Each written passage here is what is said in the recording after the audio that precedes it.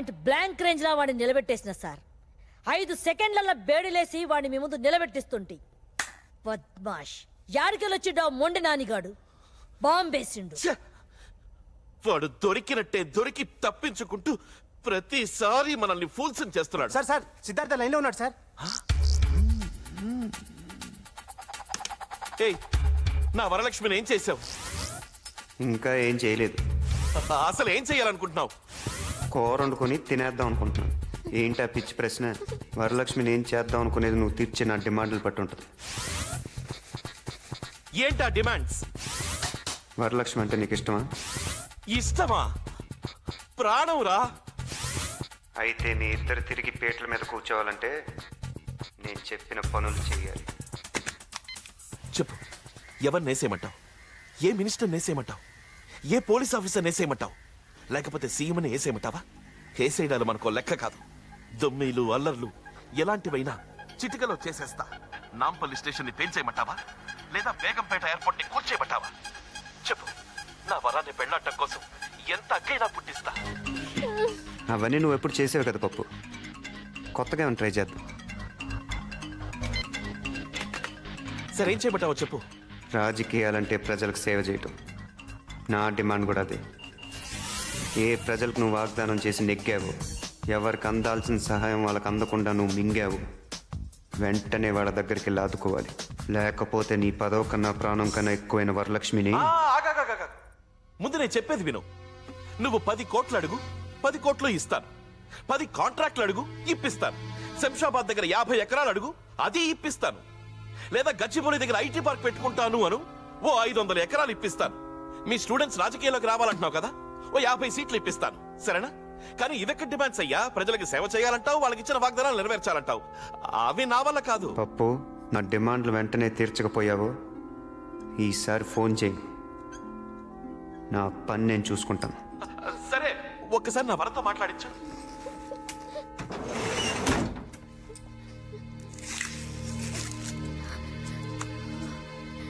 పప్పు, ఎలా ఉన్నావు పప్పు? వరం, పప్పు, ఏదో ప్రాణాలతో ఉన్నానంతే. బాధపడకు పప్పు. ఇంతకీ నువ్వెలా ఉన్నావు వరం? ఈ రాక్షసుడు నన్నేం చేస్తాడు అని క్షణక్షణం భయంతో చచ్చిపోతున్నాను పప్పు. పవిత్రమైన మన ప్రేమనే నమ్ముకు బ్రతుకుతున్నాను. నువ్వేం భయపడకు, నేను ఎలాగైనా విడిపిస్తాను. వరం వరం వరం వరం, ఈ కాసేపు మాట్లాడండి భయ్యా. ఇంకా మాటలు చాలే గాని వెంటనే నేను చెప్పిన పని చెప్పు. హలో హలో హలో సార్, వీడు ఉట్టి ఖల్నాయకే కాదు, వీనికి సూపర్ తెలివితేటలు ఉన్నాయి. అరే, వీడిని ట్రాప్ చేద్దామంటే దొరుకుతానే లేడు. వీడు యాడ్నుంచో టెలిఫోన్ పోల్లకెళ్ళి మాట్లాడుతున్నాడు. సార్, వాడి డిమాండ్లన్నీ తీర్చాలంటే కనీసం మనకు 100 కోట్లనే కావాలి. ఎంత ఖర్చైనా పర్వాలేదు సార్, రాష్ట్రం అసలే లోటు బడ్జెట్లో ఉంది. ఆ కోరికలన్నీ తీర్చాలంటే మీరు తిన్నదంతా కక్కాలి. కక్కుతాను. నా వరం కోసం మింగిందంతా కక్కుతాను.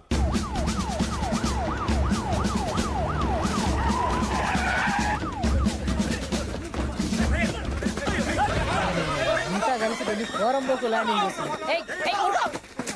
హఠాత్తుగా గుర్తొచ్చిన ఈ ప్రజాసేవల గురించి ఆశ్చర్యపోతున్న ప్రజానికానికి మీ ఉద్దేశం ఏంటో వివరిస్తారా? ఇందులో ఆశ్చర్యం ఏముంది? నన్ను మానసికంగా దెబ్బతీయాలని ఆ సిద్ధార్థ ప్రయత్నిస్తున్నాడు. ఈ ప్రజల కోసం నా వ్యక్తిగత జీవితాన్ని ఏనాడో త్యాగం చేశాను. ప్రజా సంక్షేమమే నా జీవితం. ఇక చేతలకే కాని మాటలకు సమయం లేదు. వరలక్ష్మి కిడ్నాప్ కి సిద్ధార్థ చేసిన డిమాండ్ ఇదేనని, అతనికి భయపడే మీరు ఇదంతా చేస్తున్నారని జనం అనుకుంటున్నారు.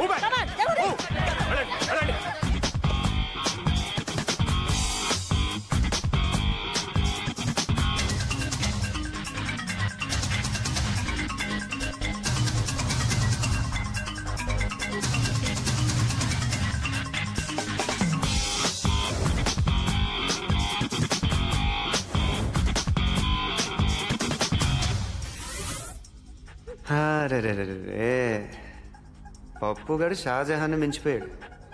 ఆయనేమో తాజ్మహల్ కట్టాడు, ఈడేమో నీకోసం 100 ఇళ్ళు కడుతున్నాడు. బో,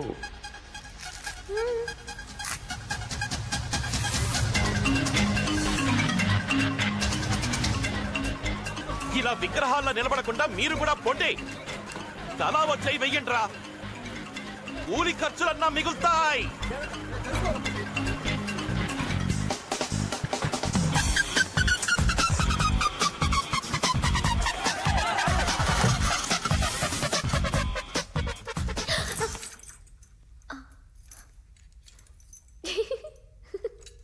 పప్పుగడి కల్లోకి వచ్చాడా?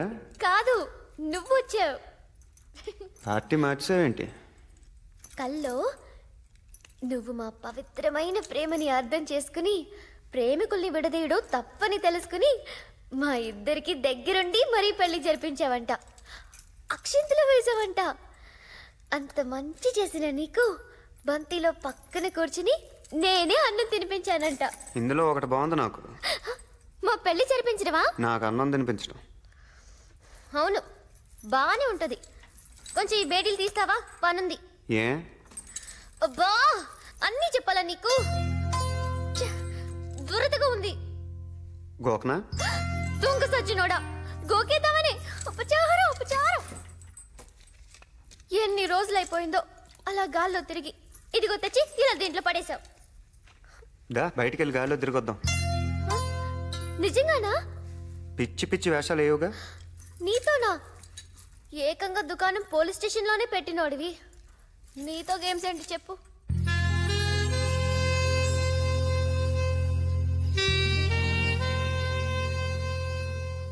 ఏంటది? మందా? అన్నీ ఇలాంటి అలవాట్లేనా నీకు? అన్ని మంచి పనులు చేస్తే బోర్ కొడుతుంది. ఈ మాట ఎక్కడో విన్నానే. అవును, నీకు పెళ్ళయిందా? 2 పిల్లలు కూడా ఉన్నారు. అవునా? హే, అబద్ధం చెప్పకు. నీ గురించి అంతా తెలుసు నాకు. తెలిసి ఎందుకు అడుగుతావు? నీకన్నా లూజా? అవును, ఎందుకు నిన్ను ఏ అమ్మాయి ఇప్పటిదాకా ప్రేమించలేదు?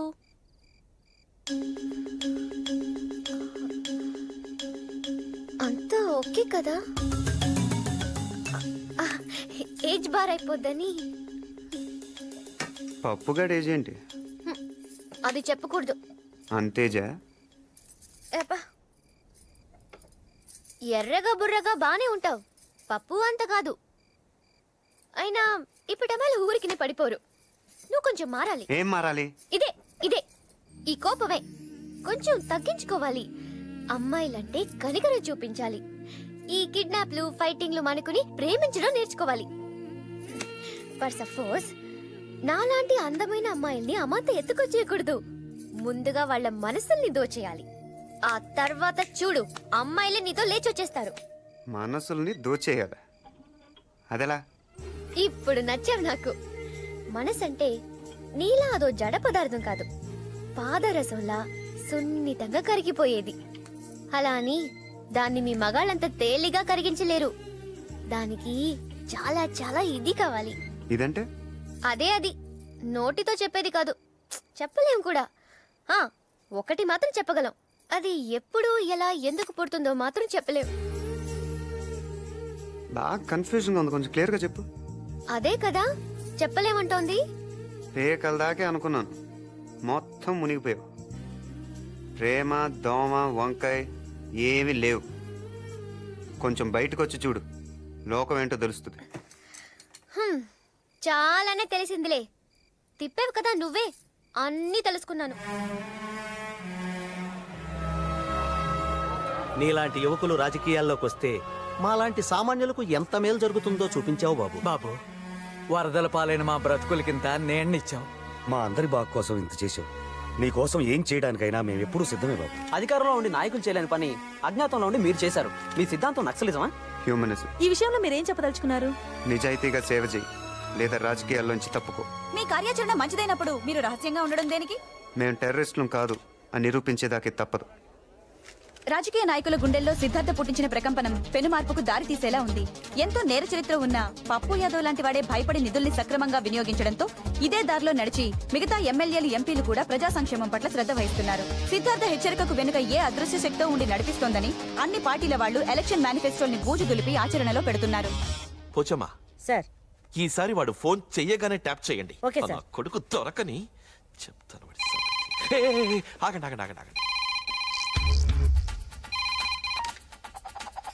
ఏంటి పప్పు, పనులు మానేసి అందరూ ఫోన్ కోసం వెయిటింగా? ఏయ్ సిద్ధార్థ, నువ్వు చెప్పిన పనులన్నీ చేశాను కదా, ఇంకా నా వరాన్ని నాకు అప్పగించేయి. మూఢ వస్తే 3 నెలల దాకా ముహూర్తాలు లేవట. అయితే ఓ పని చెయ్యి, నువ్వు అర్జెంటుగా నీ పదవికి రాజీనామా చేసి రాజకీయాల నుంచి పర్మనెంట్గా తప్పుకో. రేయ్, ముక్కలు ముక్కలుగా నరికి పోగులు పెడతాను. వింటున్నాను కదా అని మీటింగ్ పెడుతున్నావా? ఓ గొంతు మారుతుందేంటి? అది కాదయ్యా సిద్ధార్థ, ఇప్పుడు నా పదవితో నీకొచ్చిన ఇబ్బంది ఏంటి చెప్పు? ఇబ్బంది నాకు కాదు, జనానికి. మా నలుగురిని లోపల పంపించేస్తే పని అయిపోద్ది అనుకున్నావు కదా. అప్పుడే ఏమైంది పప్పు, ఇప్పుడు చూద్దుగా. ఇన్నాళ్ళు నేను ఒక్కడే నీకు శత్రువుని. ఇప్పుడు నాలాంటి వాళ్ళు వందలు వేల కొద్ది పుట్టుకొస్తారు. రాజకీయ గూండాల్ని తరిమి తరిమి కొడతాం. ఆడు మనందరినీ అవలేగాలం చేసి ఈ చుట్టుపక్కలకెళ్ళి మాట్లాడుతున్నాడంట. మీరు కంటిన్యూ చెయ్యండి. సిద్ధార్థ, సరే అలాగే చేద్దాం. నా పదవి పోయినా నా వరం నాకు దక్కితే చాలు. కానీ గో గో గో, అందరూ ఊరుకోండి. ఆ మెగాఫోన్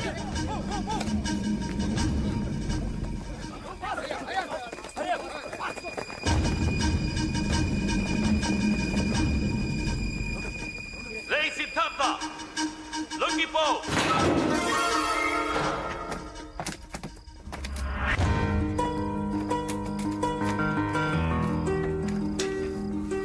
వరం, సార్ ఇక్కడ చూడండి. వీడు ఏకంగా పోలీస్ హెడ్ క్వార్టర్స్ కి బొక్క పెట్టాడు. ఇంతకంటే అవమానం ఉందా?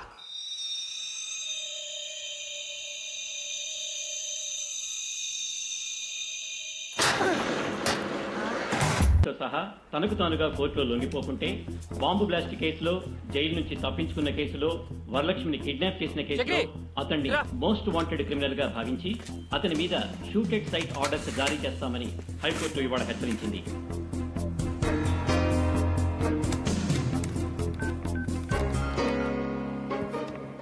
చెప్పరా.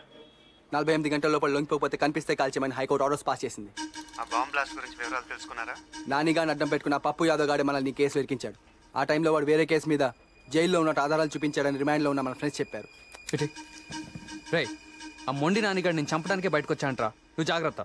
ఆడి సంగతి నేను చూసుకుంటా గానీ మనాలందరిని అలర్ట్ చెయ్యి. సరే. కోర్టు నాకు 48 గంటలు గడువు ఇచ్చింది. నేను నీకు 24 గంటలు గడువు ఇస్తున్నాను.